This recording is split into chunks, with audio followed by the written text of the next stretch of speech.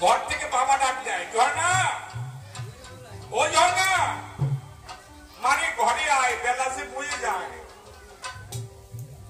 খেলায় এত মেতে আছে, বাবার ডাক সেই ডাকটা শুনতে পারে নাই। যখন সন্ধ্যা হয়ে গেল তখন বাবা আবার ডাক দিল, ওই ঝর্ণা, ঝর্ণা, মানে সন্ধ্যা হয়ে গেছে, ঘরে আয়। বাবার এই ডাকটা শোনে নাই। যখন আধার হয়ে গেল বাবার রাগ হলো। বাবা তখন ধমক দিয়ে বলল, এই ঝর্ণা, ঘরে এলি না? বাবা যখন ধমক দিয়েছে, এই মেয়েটা ভুল ভেঙে গেছে। বাবা যে আমাকে ডাকলো, হঠাৎ করে মেয়েটা পিছনের দিকে তাকিয়ে দেখে খেলা যখন শুরু করেছিল তখন যে বেলা ছিল তাই, এখন আর এই বেলাটা। মেয়েটা এখন ভাবছে, না জানি বাবা আমাকে কতবার ডেকেছে, কিন্তু মায়ার খেলা খেলছি বলে আমার বাবার ডাকটা শুনতে পারি না।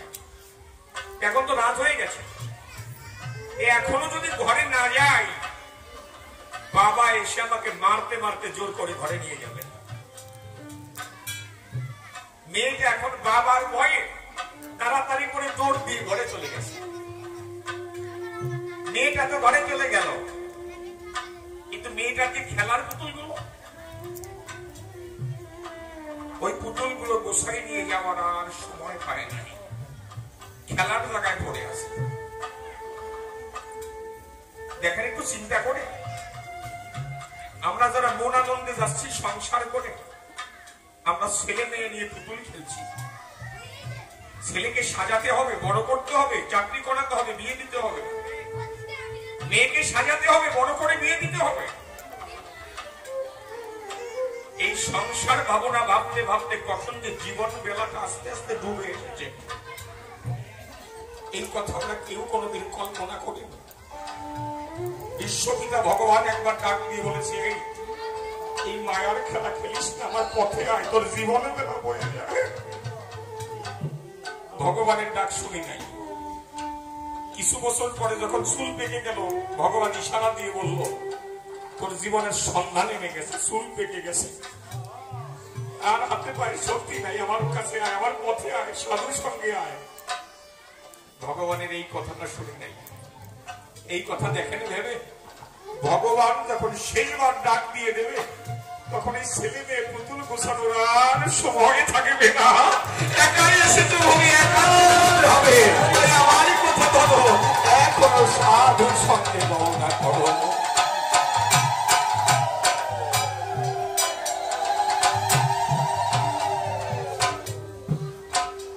বলি আপনাদের কাছে, আমরা প্রত্যেকটা মানুষ স্বপ্ন দেখি, জেগে জেগে স্বপ্ন দেখি, তাই না? এই জেগে স্বপ্ন দেখি কিভাবে? ঢাকায় একটা বাড়ি বানাবো, 2 তলা বাড়ি বানাবো, ফ্ল্যাট করবো, এই জেগে জেগে কল্পনায় স্বপ্ন দেখি, তাই না?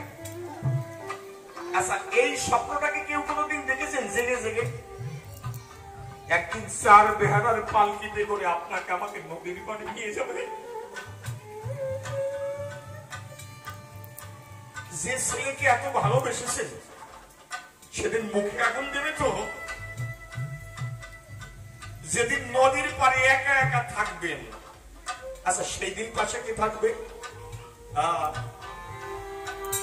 সেদিন কোথায় রবে তোমার সাধের পুত্র কন্যা? আরে কোথায়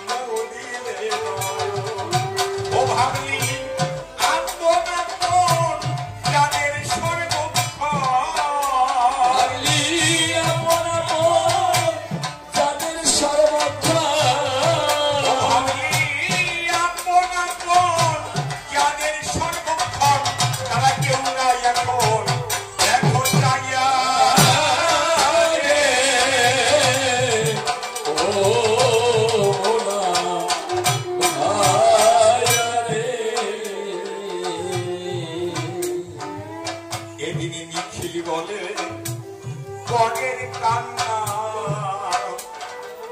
ও তুই কাঁদলে চিরকাল ওরে সারা জনম এই মিথ্যা কান্না কি বা পেলি ফল ও রে এদিনই নিখিল বলে এই পরের কান্না কাঁদলে চিরকাল ওরে সারা জনম এই মিথ্যা কান্না কি বা পেলি ফল ও দিলে গুরুর পায়ে এক বিন্দু জল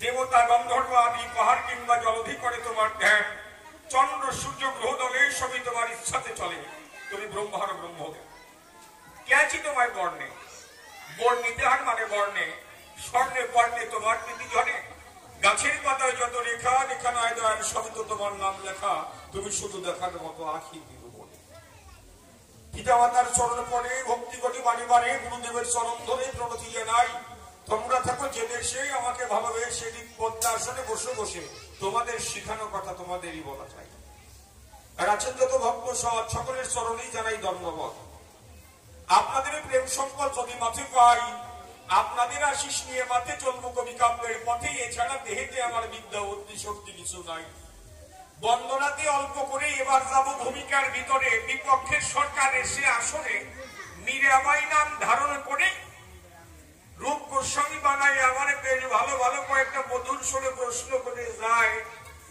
বলি আপনাদের কাছাকাছি ঘর সংসার সব ছাড়িয়ে দিয়ে বৃন্দাবনে বসে আসি গুরুর কথায় আমি একই সাধনায় বলি আপনাদের কাছে বরাবরই গুরুর কথায় সাধনায় ধ্যানে আসি আমি তার ত্রিপুরারি আমি আমার গুরুর ধ্যান করি এই সময় মীরাবাই এসে আমার চরণে প্রণাম দেয় প্রণাম দিলে পরে এইবার আমি তার উত্তর করলাম না কি প্রকারে মনে একটু বেদনা নিয়ে অন্তরে ডাক দিয়ে আমার কাছে কয় তুমি আমার কথা লবে নারীরা কোন অপরাধের অপরাধী মুখ দেখলে না কেন গুণনিধি এই প্রশ্নের জবাব দিয়ে যাবে এই জায়গাতে থামে না আসেন আমার মুসলমান ভাই তাদেরও জড়াই দিয়ে যায় দেখে আমার কাছে রাখে দাবি বেহেশতের চাবি নাকি একজন নারীর হাতে কয় কি বলেন তাই না যারে মা ফাতেমা কয় বেহেশতের চাবি কার কাছে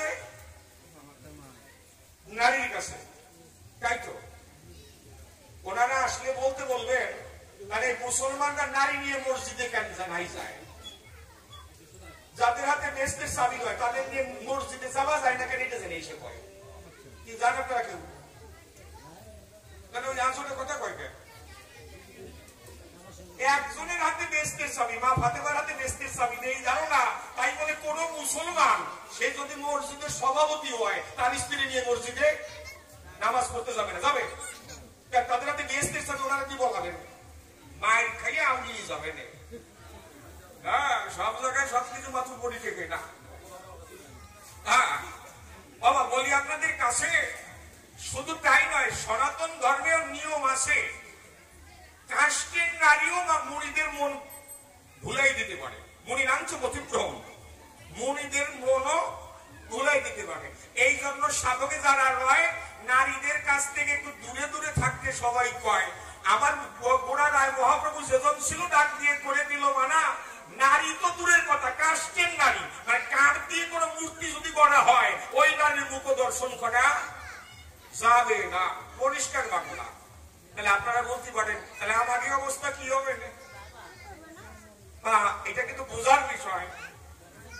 সাধকরা যাদের কথা বলেছে তারা হচ্ছে নারী, আর আপনাদের আমি বলছি মা।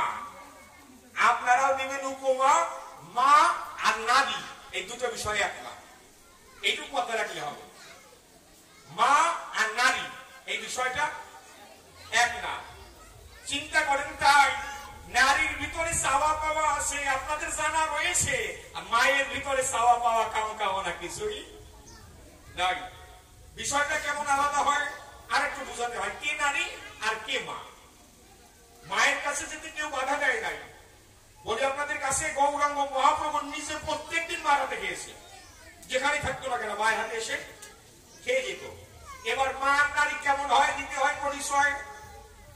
আপনারা আছেন যারা বসে অপরসাদ, দেখবেন ক্লান্ত কলে মরে ফিরলেন ঘরে, মা এসে যখন মাথায় দিবে হাত, আস্তে আস্তে ঘুমিয়ে পড়বেন। কিন্তু যত ক্লান্ত থাক না কেন মা মাথায় হাত দিলে ঘুমিয়ে পড়বেন।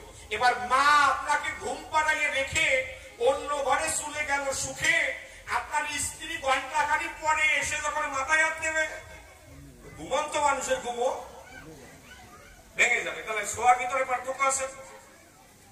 নারীর শোয়াটা একরকম আর মায়ের শোয়াটা আর এক রকম। আরে বাবা সত্য কথা বলি যাই, আমার দিয়ে বলতেছি শোনেন। আমার বাড়িতে 3টা নারী যাচ্ছি, সম্রাট আমি প্রকাশ করি। একজন আমার মা, একজন আমার উনি, আর একজন হচ্ছে আমার মেয়ে। 3টা নারী এখন ফোনে বলতেছে তবে কবে আসা হবে। অনেকদিন গান করে যখন আমি যাই বাড়িতে ফিরে দেখতে পারি 3টা নারী উঠোনের পরে দাঁড়িয়ে রয়, কিন্তু তাদের মুখের বা চোখে মুখের ভাষা কিন্তু এক নয়। নারী কিন্তু 3জনই, আমার মা, স্ত্রী, মেয়ে। যখন আমি 1 মাস গান করে বাড়ি যাই, বলি আপনাদের কাছে তাই, মা আমার মুখের দিকে তাকিয়ে রয়, ডাক দিয়ে কয়, খোকারে তোর ঘুম বোধহয় ভালো হয় নাই, খাওয়া দাওয়া ভালো হয় নাই, এত গান করেছিস তাই তোর চেহারাও তো নষ্ট হয়ে গেছে, ঠিক তো নাই। বাবারে মুখে হাত দেয়, তোর বাবারে এত গান গাইস না, তুই কমাইয়ে না, তোর শরীর তো ভালো নাই মনে হয়। দেখেছেন মা আমার মুখের দিকে তাকিয়ে আছে। আর একজন ওই যে ঘটের জন, উনি দেখি পকেটের দিক তাকাই দিচ্ছে, মানে পকেটটা কত উঁচু আছে। নারী তো 2জনই, মাও নারী স্ত্রীও নারী, তাকানো কি এক। মেয়েটা হাতের দিকে তাকিয়ে রয়, বাবার নিয়ে জানি হাতে করে কি এনে দেয়। এই জন্য সময় অর্ধ সময় করে দিলাম মানা, মা আর নারী এই বিষয়টা এক হয় না। নারীর ভিতরে চাওয়া পাওয়া কামনা রয়, শাস্ত্রে তাদের নারী বলে দিচ্ছে পরিচয়। এই জন্যই সাধকরা ডেকে করে দিয়েছে মানা, মাতৃভাব জাগিলে অন্তরে যেতে পারে সাধকরা তার টানে, কিন্তু কামিনী কাঞ্চনের কাছে সাধকরা গেলে টিকতে পারে না, এই জন্য যাওয়াও যাবে। উনি ডেকে বললো তাই, তাহলে আমি প্রণাম করলাম, আমার মুখ দেখলে না কেন? মুখ দেখবো কেন? তোমার সাথে তোমার স্বামী নাই। আচ্ছা বাবা একটু সোজা করে বুঝাই, কারণ উনি তো যে চুল কাটা গোসাই, হ্যাঁ উনি কেমন বোঝাবেন আমি বুঝাই দিচ্ছি। কারণ এই যে আমি সম্রাট সরকার কবি গান গাই, কবি গান শেষ করে রাত্র 3টার সময় যদি পুকুর পারে একটা নারী নিয়ে গল্প করি, আমার ধরতে পারলে কি দিবে কেউ? সরি, আমার উত্তম মধ্যম দিয়ে দেবে না। আর রাত্র 3টার সময় ওই নারীকে নিয়ে পুকুর পাড়ে গল্প করবো, তার পাশে যদি স্বামী নয়, কিছু বলতে পারবেন? আর কেউ কিছু বলতে পারবেন না। কেন পারবেন না? ওই নারীর স্বামী আছে। এইবার দেখেন চিন্তা করে, আমি সাধনা করি বৃন্দাবনের উপরে, একা একা আশ্রমের ভিতরে নারী এসে প্রণাম দেয়, এখন না তাকাইলে বেশি ভালো হয় নাকি? কারণ তার সাথে তার স্বামী নাই। আমি তোমার কাছে জানতে চাই, তুমি কথা বলবে এই জগতে সতী নারী যারা স্বামীকে নিয়ে ভজন সাধন করে তারা, তুমি মীরাবাই কেন স্বামী ছাড়া আমার কাছে একা একা এলে এই প্রশ্নের জবাব আগে দিয়ে যাবে। আমি প্রণাম করি নাই কেন? কেননা তোমার কাছে প্রকাশ করি ওমা, দেখবেন ওনার একটা ছোট্ট একটা কিঞ্চিত ভুল হয়েছে, ছোট ভুল, সেটা কি ওনার বক্ষে আছে গিরিধারী, কথা না অসঙ্গত। মীরাবাই বক্ষে গিরিধারীর মূর্তি নিয়ে সব সময় ঘুরে বেড়াতো, কি দেব তার পরিচয়? এবার গিরিধারীকে বক্ষে নিয়ে কেউ যদি পায় দিকে আর তাকানো যায়? তাকানো যায় না। কেননা তার কাছে তার গিরিধারী শ্রীকৃষ্ণকে বুকে নিয়ে বা কারো ইষ্ট দেবতাকে বুকে নিয়ে কারো পায়ে হাত দেয়া যায় না। এইটাই ভুল। আরো একটা ভুল আছে, সেইটা কি? যখন উনি জানতে পারে, মীরাবাই জানতে পারে যে রূপ গোস্বামী আছে বৃন্দাবনের ভিতরে, উনি চিঠি দিয়ে আগে নিমন্ত্রণ পত্র দেয়। চিঠি দিয়ে যখন নিমন্ত্রণ পত্র দিল, সঙ্গে সঙ্গে রূপ গোস্বামী প্রত্যাখ্যান করলো। কেন করলো?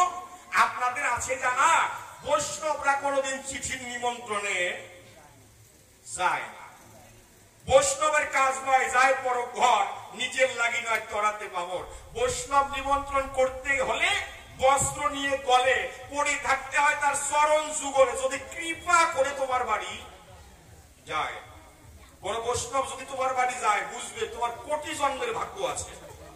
আর না হলে বৈষ্ণব যাবে না। কথা রাগ করবেন না তো, কারণ আপনাকে কাছে বৈষ্ণবের জামাইয়ের দাম অনেক বেশি হয়, তাই না? হ্যাঁ, আবার ওই জামাই যখন শরীর খারাপ হয় তখন বৈষ্ণবের পায়ে ধরা লাগে। বৈষ্ণব সেবা এত সোজা নয়, কথাটা অসঙ্গত।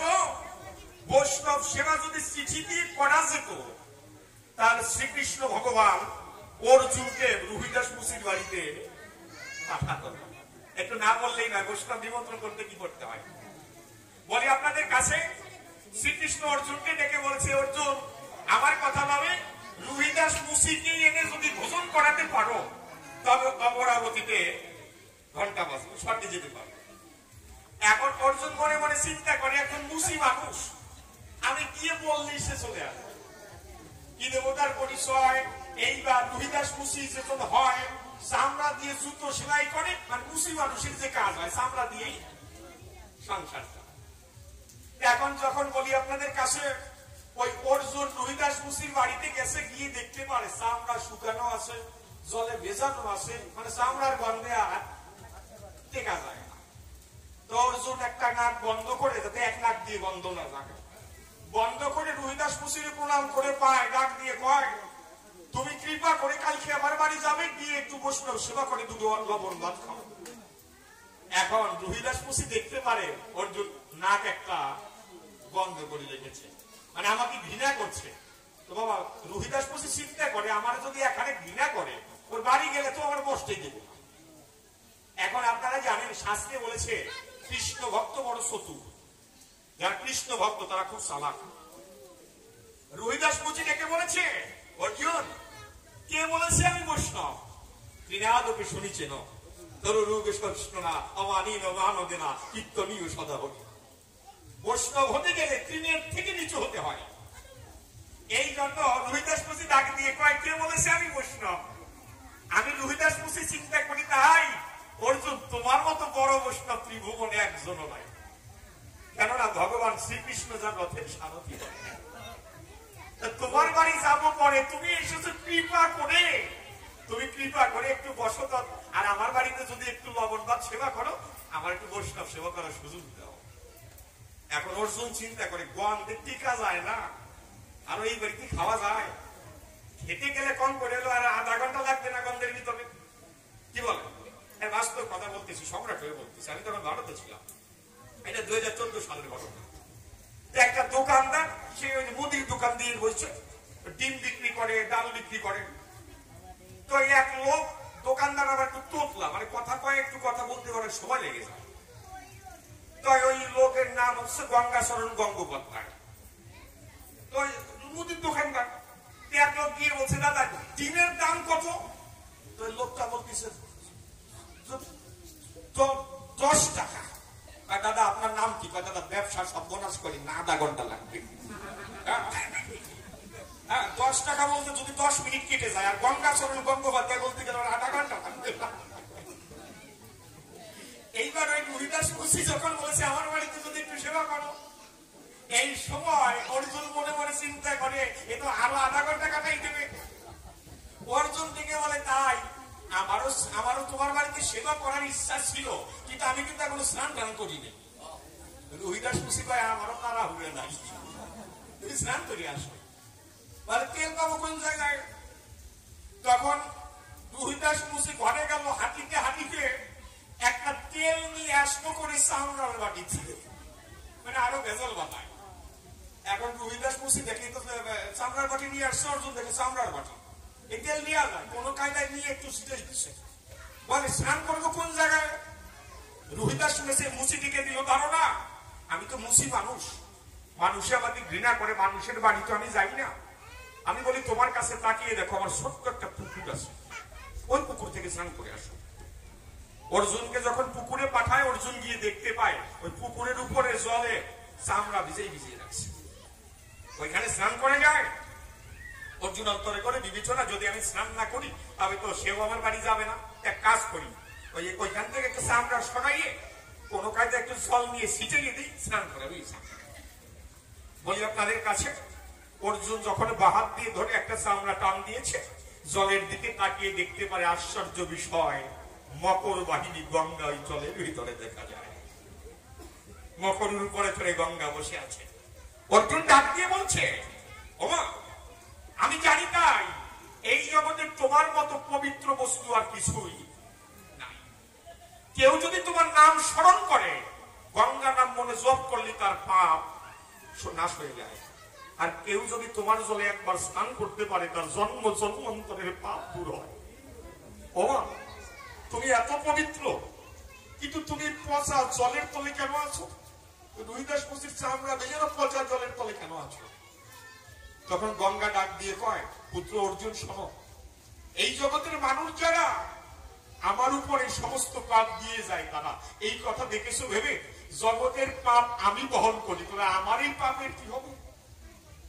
আমি একদিন প্রভুর কাছে কান্না করছি, যাবে প্রভু সকলে তো আমাকে পাপ দেয়, তো আমার পাপ কিসে যাবে? কি দেবতার পরিচয়? সেই দিন আমার হরি আমার সামনে এসে দেখা দেয়, ডাক দিয়ে বলছে, গঙ্গা রে চিন্তা করো না, এই জগতের মানুষ যারা তোমার পক্ষে পাপ দিয়ে যাবে তারা তবে, কিন্তু তোমার গায়ে ওর পাপও চলে যাবে। কবে যাবে? যদি কোনোদিন কোন সাধুগুরু বৈষ্ণব তোমার জলে এসে তার চরণ ধুলি দেয়। এই কথা দেখো ভেবে, বৈষ্ণবের চরণ ধুলি পেলে তোমার কাছে বলি খুলে, সেই দিনে তোমার অঙ্গের সমস্ত পাপ দূরীভূত হয়ে যাবে। জয় রাধে।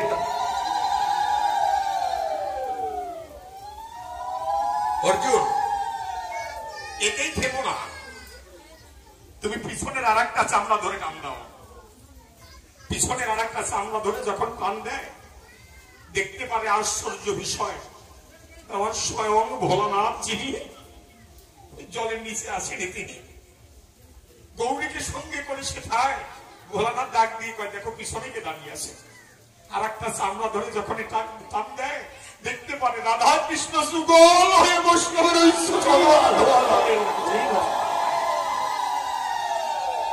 অর্জুন দেখে বলছে, তাই এই জগতে বৈষ্ণবের এত গুণ, তা তো আমি কখনো জানি নাই। রুহিদাস মুসির চরণে পড়ে নিমন্ত্রণে করে নিয়ে যায় ঘরে, বৈষ্ণবের সেবা দিয়ে অমরাবতীতে ঘন্টা বাজায়। এই জন্য বলি মীরাবাই, তোমার কাছে করে দিলাম মানা, বৈষ্ণবকে নিমন্ত্রণ করতে হলে চরণ যুগলে থাকতে হয় তার চরণ তলে, এছাড়া অহংকার ভাবে নিয়ে গেলে কখনো হয় না। তুমি যে নারী, এই জ্ঞানটা তোমার ভিতরে যত সময় আছে, এই ধারণা, তত সময় তুমি সাধু সঙ্গ করতে পারবে না। যেই পর্যন্ত নারী নারীত্ব না যাবে, পুরুষের পুরুষত্ব না যাবে, ওই পর্যন্ত নারী পুরুষ আলিঙ্গন করাও যাবে না। এই জন্য বলি তোমার কাছে, তাই তুমি এখনো নারী আছো, যেই পর্যন্ত নারী থাকবে ওই পর্যন্ত সাধু সঙ্গের অধিকার তোমার নাই। এইবার বসেশ্বরের নারী নরে, উনি ডেকে বলল, পরের বারে তুমি আমার কথা লবে, গৌরাঙ্গ মহাপ্রভু এসেছিল, তার এক গৌরে নাকি সাপে কামড়ে একাইটি মাইল ফেলাইল। কেমন ভগবান যে নিজের স্ত্রীর প্রাণ রক্ষা করতে পারে নাই? এই কথাটা ভাবে একটু হিংসা হয়ে গেল না?